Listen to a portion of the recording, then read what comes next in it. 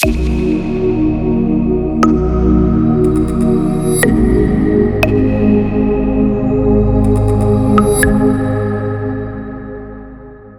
everybody, and welcome back to Higher Density Living. You know, who put these hot fucking lamps in my face? At first, I'm like, it looks good on video, but then it's like, ding. Yeah. I saw they were talking about how to do lighting for studios and stuff, and they have these really big ones. They're like this round, but they're really light, but like lightweight wise. And then they're a soft light. They have like a white thing inside of them, like a sheet. Sure. But they're supposed to be like right here, like On right top of above my your head. where you can't see. We couldn't do it here. Like a lot of places, they'll have close, snapshots. So you're saying like I got like a halo up? Like if we had 3 cameras, then we could do it. Well, we have one. So yeah, we have one camera. We're We're non-profit. We're not for profit. We do need some more donations for some equipment. Shit. What was I talking about before we kicked this off? Brushing your teeth was. Yeah, you know, I used to have the Sonicare toothbrush. Right. I got so sick and tired of recharging it. Did a good job, but I was like tired of it. So I got a regular toothbrush. I got to tell you, it's just not the same. No, it's not the same. It's not even close. Yeah, it's crazy. Yeah, it's like not remotely close. Do you feel like I have over there a tongue scraper? Have you ever heard of those? Bro, all the time. I got a surgical grade stainless steel one. Yeah, I think that's what that one is. Yeah. Oh yeah, I live for it. I do. They said that's the thing. It's the bacteria on your tongue, but you don't want to use mouthwash. So one thing I learned was like Listerine and all that stuff. Listerine was made for peeling floors off originally. Or something like that. But what it does is, so one of the biggest things that you face, especially as you get older, is nitrous oxide. Yeah. And that's in the back of your throat and in your tongue. So when you do Because Listerine, of the bacteria. yeah, it destroys your nitrous oxide. If you don't have nitrous oxide, you have like higher blood pressure. You can get arteries and stuff like that. It also causes ED, erectile dysfunction. I don't want that. Yeah, exactly. I'm not using no Listerine. Yeah. So if you're, hey guys, If you want to shoot blanks, use two Listerine. things. 2 things you could do. I'm a testament to it. Is don't use mouthwash and beets, like Beets? the vegetable. What's wrong with beets? That's the number one thing for nitrous oxide. Oh, you mean like good? Yeah, in your smoothies. Oh yeah. I just Beets in your smoothies. I used to rip Or like just eat beets. beet juice before I go for like a hike or something. Oh, yes. Well, that does nitrous oxide. Yeah, it makes my veins pop. But yeah, that's the thing. It makes the vein pop. Yeah, yeah, it does. You know, if you're gonna If there's a beet sponsor out there for ED, you can send it my way. we'll be more than happy. I'll drink beet juice all yeah, day. Yeah, we'll be more than happy. All day. Since our other sponsor's out. Yeah. Do you know, I mean, I'm glad they were in and out, but I still buy their product. Yeah, no, it's really good. They wanted to, I mean, we're always transparent with everybody. They wanted to continue it. It just doesn't align with our pricing schedule. No. I mean, they're a small company. I get it. So they're a great product or whatever. They just wanted to have the price. It wasn't by the time we do the editing and all that stuff. We wouldn't make any Not conducive. money on it to further the show. So it's like we're trying to survive over here. yeah. So I mean, a minimum. You know, like we have a minimum of what our sponsors are, and so we want to keep that level. But I encourage if somebody's out there and they're looking or they know somebody that wants to be a sponsor of the show. Somebody buy a t-shirt, please. Yes. Yeah, exactly. Yeah. We've been getting some few t-shirt sales. That's cool. I have a sale going on right now. Oh, really? Yeah. So they should hop on there. What's the code? There's not a code. If you just go on the website. Just on sale? Yeah. higherdensityliving.com and you go on there, you'll see that there's 20% off. That's fucking awesome. Yeah. I'm telling everybody. Yeah. We have more. I'm going to go stand outside of the studio with like, you know, those signs that they spin? Yes. Yeah. It'd be like 20% off HDL t-shirts. Higher Density Living. I came up with the slogan the other day. We wear the truth. Oh, yeah. It's juicy. Yeah, we wear the truth. It's juicy. You know what I thought was ridiculous? Amanda informed me yesterday that there's this girl on OnlyFans. Oh, there's heavier set, like really whitewashed, like nothing to write home to mom about, right? But she has 28,000 subscribers. She's making shitloads of money at $10 a person. Yeah, and all she does is swim in pools. Yeah. Why are we working our ass off over here? Why are we? Oh, there's so many. Why are you and I getting have you this seen shit have you kicked seen out like of the us? top people in well, I know somebody that did that. so like personally know somebody, and they moved to California because I haven't talked to her in a while, but she was making 20 to 40 grand a month. Yeah, it's wild. On OnlyFans. The problem is you start off with, I'm not going to show my face. I'm just going to do feet. And you start showing you know, everything. and then the more you show, everybody's encouraging you too to show just a little bit more. Yeah. So this is what happened to her. So she ended up, and she doesn't mind me, we've talked about this openly, but so she ended up showing more and more and more and more. And then she got to the point to where it was like full born porn, you know, basically. Yeah. You know, and then it kind of, everybody was on the roller coaster with her showing more. No, I know, but it's exciting. But once you show it all, but then you show it all, then like off. it dropped off. Can't Yeah. do it. I don't know where she's at now, but I haven't talked to her. This girl's making $280,000 a month. Well, yeah, that's the number. $280,000 a month. Well, that's what we're doing with our 1111. Hell yeah, we are. With our community, we're working on it. Yeah, we're getting there, day at a time.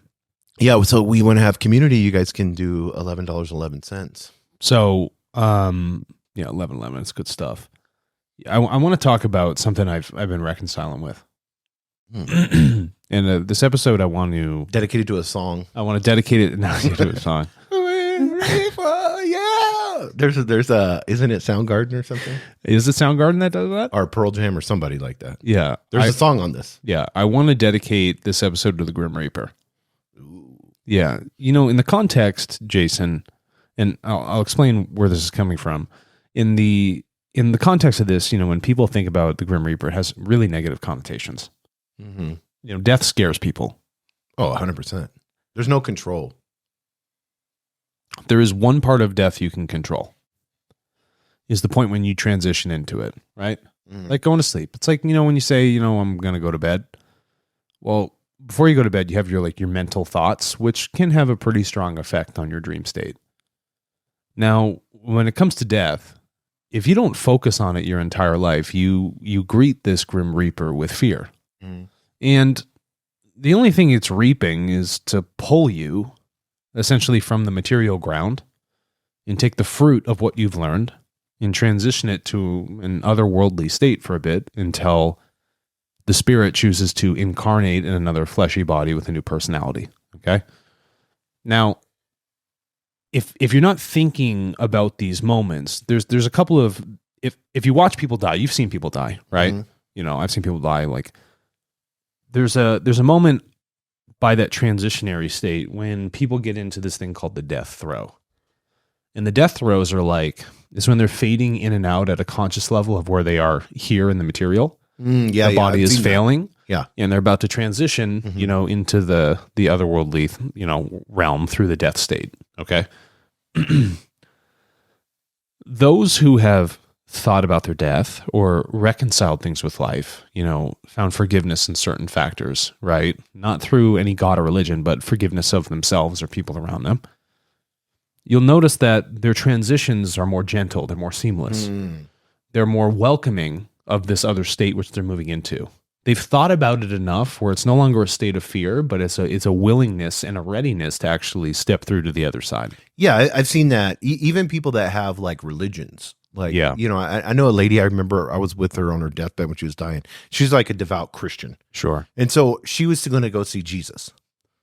Which is not entirely wrong. I mean, if you want to go fourth density, perfect. Whatever you want, yeah. Yeah. But I mean, she was excited. It was like she wanted people to sing songs and be happy. You know, and it was just a total different approach. But the other side of the coin is when these other groups view the Grim Reaper, it's like you see the death throes of this individual, it's states of fear. The eyes are open, they're wide, they're shocked, they're not ready for it. And so much of the life, which hasn't been reconciled, collapses down into one moment. Okay? And regret? Are you talking about from a material everything? Yeah. Because when you, and I'll break this down a little bit further, because when you don't think about your death, right? You don't consider it. You don't consider that transition time. You don't consider your mortality. You ignore very valuable things in your life and you push things off. And what happens is that compresses down at the moment of you leaving this planet. And the interesting part about death is that it's you and the Grim Reaper. No one is actually there to move you through to the other side. It is just you. So even though you can have people accompanying you in the room, being around you, Mm-hmm. you will still be faced with these things that are essentially unfinished, right? Things that you have held onto, and they literally collapse that moment. You'll see the throes of these people, and it's just fear, it's torment, it's worry at the point of death. Well, biologically, to your body, if you're not on morphine, I've seen people die that aren't on morphine. Yeah. It's horrific. Yeah. Like your body's fighting, like it's shaking, convulsing. So imagine this for a moment. You're shaking because you want to survive. Right. Because you're not welcoming the natural state that has to occur. Right. You're It's also our lizard brain. You're already at the end. Mm-hmm. Okay. But if you haven't reconciled these things, you're going to constantly fight it. You're going to fight it at a biological, like automatic, motor response level. But then your consciousness is trying to reconcile years and years of things all at once. And so I was in the car the other day with Amanda, and I said, through my meditations, something had dawned on me. And I had been meditating a lot on death, even my own death. For instance, when I go around in this world, I see other people dying, large groups, or a single person. You'll say, oh man, wow, that person died. I'm not necessarily connected to them, but it's a human being that's left this planet, or groups of them. And you don't always consciously think that, that could happen to me. You have this weird thought that there's longevity to your life, right? Yeah. And I'd say with a higher probability, I'm going to live for a long time. But the Grim Reaper can come at any moment for me. Mm-hmm. Anything could happen. Anything. And so I realized during my meditation is that I need to welcome my death every single day, and not worry about it coming, because no matter what, some freak thing could happen. And it could just wipe me away, right? And I've been in some just like nasty stuff, and I'm surprised. Well, I mean, that top Olympic skier like a month ago or whatever slipped in his bathtub. All right, you see what I mean? Fucking hit his head. That's it. Always took care of himself, like Olympic athlete, right? Like always took care of himself, like all this good stuff. But boom, dead, just like that. Now, here's the next thing that I realized. Say that moment comes to me when I least expect it. Do I want to have things, relationships that are unforgiven? Do I want to hold grudges? Do I want to, usually like if I'm agitated with my emotions, I'll take 24 hours to think about it and work myself down. Okay. Do I want to wait for that? I have no guarantee that I even wake up. So when I started to think about it, I said, why wait? I said, instantaneously, Alexander, you need to forgive. You need to love constantly. There's no reason for you to be agitated.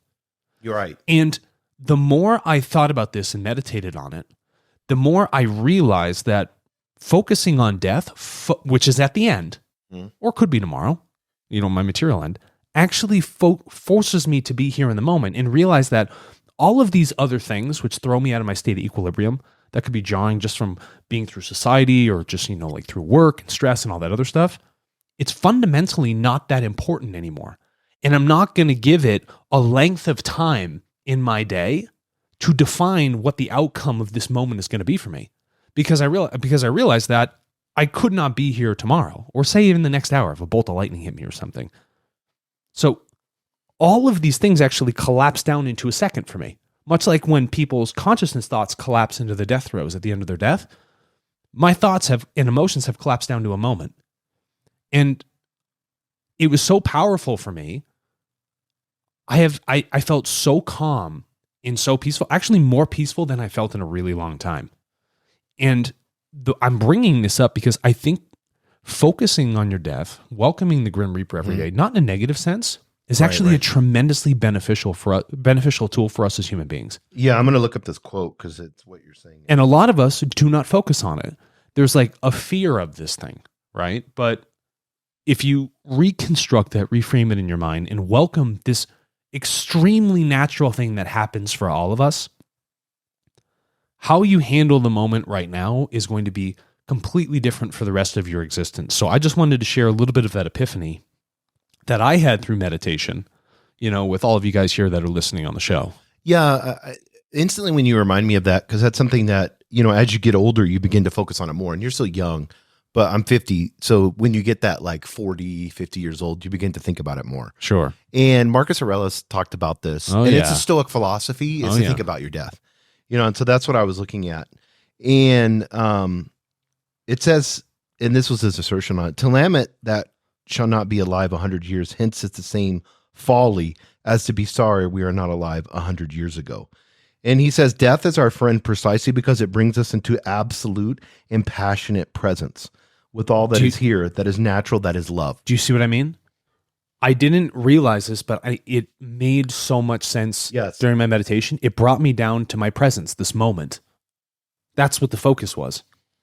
And anything outside of feeling the love and understanding for others in the moment is not the path I need to be taking.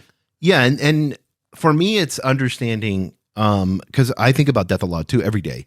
For me, it's understanding that if I'm in this third density matrix, sure, and I have this non-duality approach, sure, then I'm gonna the minute that I can't forgive, the minute that I feel like I can't love, the minute that I'm a fear of death, is the minute that I begin to do the I and the separate self. Correct. And the present is all the present moment is the only thing that I can really give up. Correct. You know what I mean? And you waste that. You would be giving that thing up by moving the ego in, only focusing on the future or the past. So anything else I really don't have. No, and it's an illusion of my thought. Absolutely. And in a conceptual stance, or even logically, if you want to work your way through it, what you doing today through cause and effect is directly affecting your future. 100%. So for me, I've actually stopped focusing on it altogether. And I've moved, not that I'm indignant or don't care, right? Or I'm cavalier about my future. I'm only just focusing on the moment. And things have started to feel much more rich. I think, but I do think there should be like a preparation mentally, like in the sense of understanding. I think a lot of people, they're reactive emotionally to things. Sure. Where if they would have logically played them out. Yeah. I mean, like, obviously you don't want to focus on the past, the future, because those are all illusions, mm-hmm. And you should be like, ultimately be present moment. Correct. But in the present moment, you can die. I mean, there's people just right now, right? Just like that, with the billions of people that they're just dropping off. In this present moment, they're dropping off. So, for me, it's kind of like been a reconciliation. But I do like what you're saying though earlier, and I think this is really important, is when you put, and I think this is what Marcus Aurelius was saying, when you put death there mm-hmm. and you understand it, that it's not, your life isn't infinite. Yeah. Then you can begin to put things into perspective of, why am I angry at my mom? This is my point. You know what I mean? This is my point. Yeah. And that's where. And if there's anything I can leave you folks with as we close this episode up, is that welcome the Grim Reaper as a friend. Focus on your death. Don't think about it as a negative sense, but think about it as the most natural thing you're going to do, just like being born. Thanks very much, everybody.